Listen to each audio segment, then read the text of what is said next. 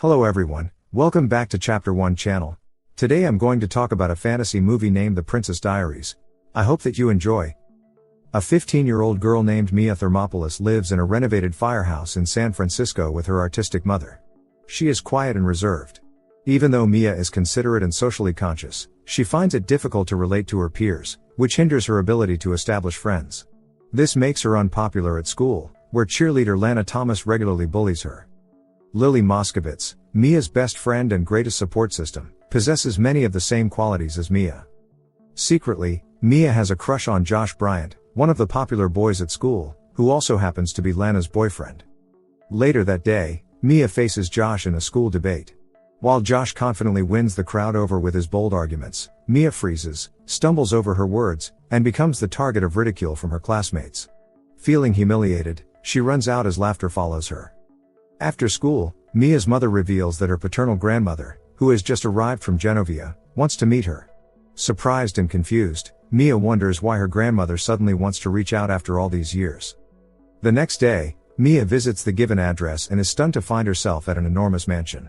A butler greets her and escorts her to her grandmother, Clarice Rinaldi.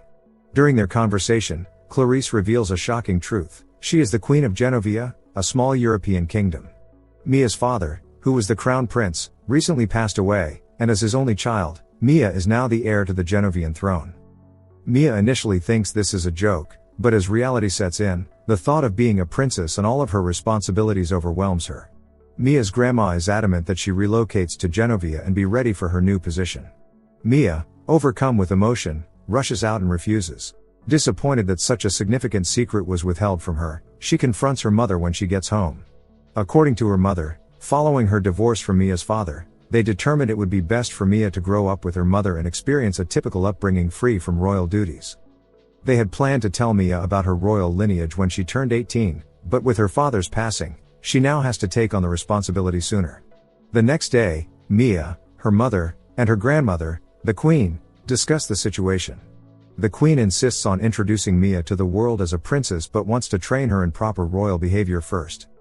Mia is firmly against the idea, but her mother convinces her to attend the princess lessons before making her final decision. Until the formal ball, where her role will be announced, Mia must keep her new identity a secret. To ensure her safety, the Queen assigns Joe, the head of security, to look after Mia. She also gives Mia a limousine for her daily commute to school. On the way to school, Mia picks up her best friend, Lily, who is awestruck by the limo. Later, Mia visits a repair shop to get an estimate on fixing her old car, which will cost $400.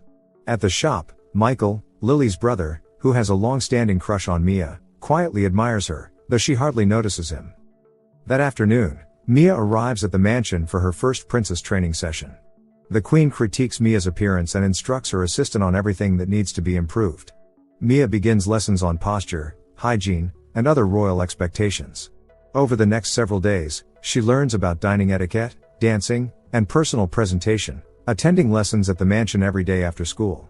However, this busy schedule leaves her with little time to spend with Lily, who becomes lonely without her best friend.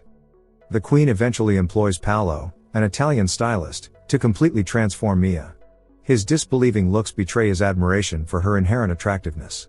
To improve Mia's look, Paolo and his staff straighten her hair, contour her eyebrows, and give her manicures and facials. They also replace her glasses with contact lenses. At the conclusion of the session, Mia appears remarkably refined and polished. Although Paolo and his staff are forcefully instructed to keep the makeover a secret, the Queen is thrilled with Mia's change. Lily is picked up by Mia and Joe on their way to school the next morning. Michael is awestruck by Mia's stunning new look, but Lily is far less impressed. She worries Mia is changing into one of the superficial girls they've always disliked at school.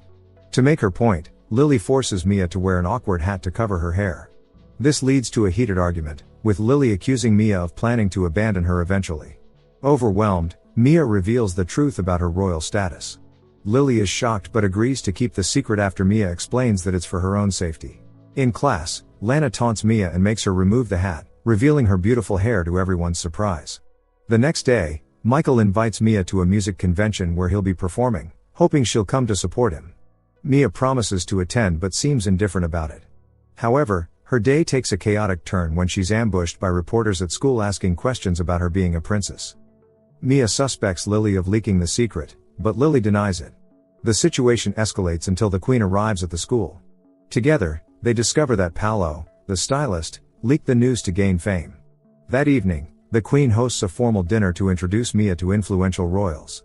While the evening starts off well, Mia accidentally sets a guest's sleeve on fire and plunges his arm into an ice bucket. As she tries to help, the servers trip and spill fruit onto the guests. Though the Queen is visibly frustrated, the guests laugh it off. The following day, the Queen is surprisingly not upset with Mia. In order to spend more time with her granddaughter, she instead cancels her appointments.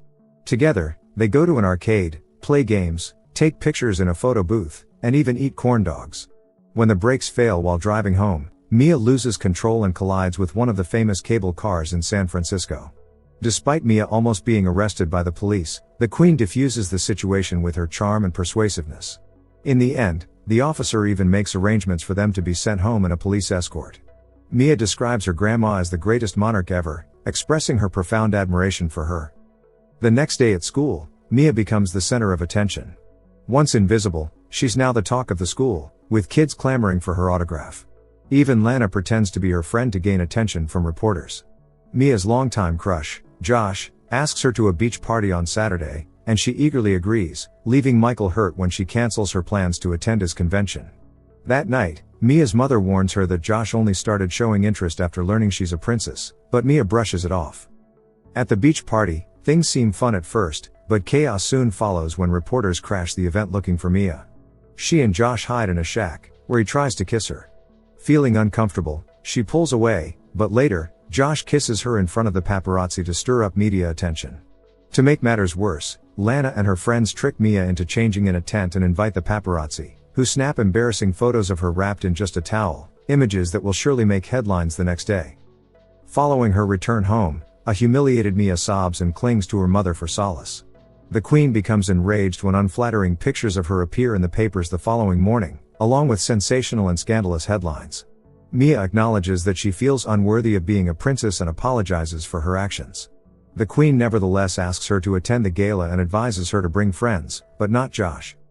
Joe informs the Queen after Mia departs that Mia is still an adolescent and that she is her granddaughter before she becomes a princess. They are impressed by Mia's handling of the criticism and concur that she is prepared to assume her royal duties. At school, Mia apologizes to Lily for neglecting their friendship and missing Lily's talk show appearance. The two make up and decide to attend the ball together. Later, during gym class, Josh mocks Mia again. This time, she retaliates by hitting him with a ball and outplaying him in a baseball game, teaching him a lesson. That evening, Michael stops by Mia's house to return her car from the shop. Mia apologizes for missing his band's show and invites him to the ball as her date. However, Michael, still hurt, brushes her off and sarcastically suggests Josh would look better in a tuxedo. At lunch, Mia and her nerdy friend are ridiculed by Lana and her clique. Tired of their bullying, Mia smears ice cream on Lana's dress, embarrassing her in front of everyone. Later, the Queen apologizes to Mia for being too harsh and asks her to give a speech at the ball to formally renounce her royal title. She also gives Mia a diary from her father, meant for her 16th birthday.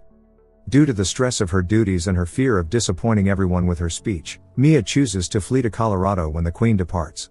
She receives a touching letter from her father while packing, in which he declares his love for her and her mother and stresses the value of bravery for a princess.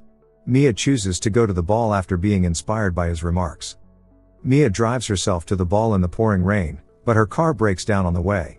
Meanwhile, Michael receives a pizza with sorry written on it, realizing Mia is trying to make amends. This gesture softens his feelings, and he decides to attend the ball. Just as Mia begins to lose hope, Joe arrives in a limo and takes her to the event. Back at the palace, the Queen starts delivering Mia's speech when Mia finally arrives, soaked from the rain. The Queen steps aside, and Mia nervously begins her speech. Remembering her father's advice, she gains confidence and delivers a heartfelt message, declaring herself the Princess of Genovia. Her announcement earns applause from the crowd, and she is officially crowned princess. Mia dances with Michael while wearing a gorgeous gown, and then the two disappear into the garden.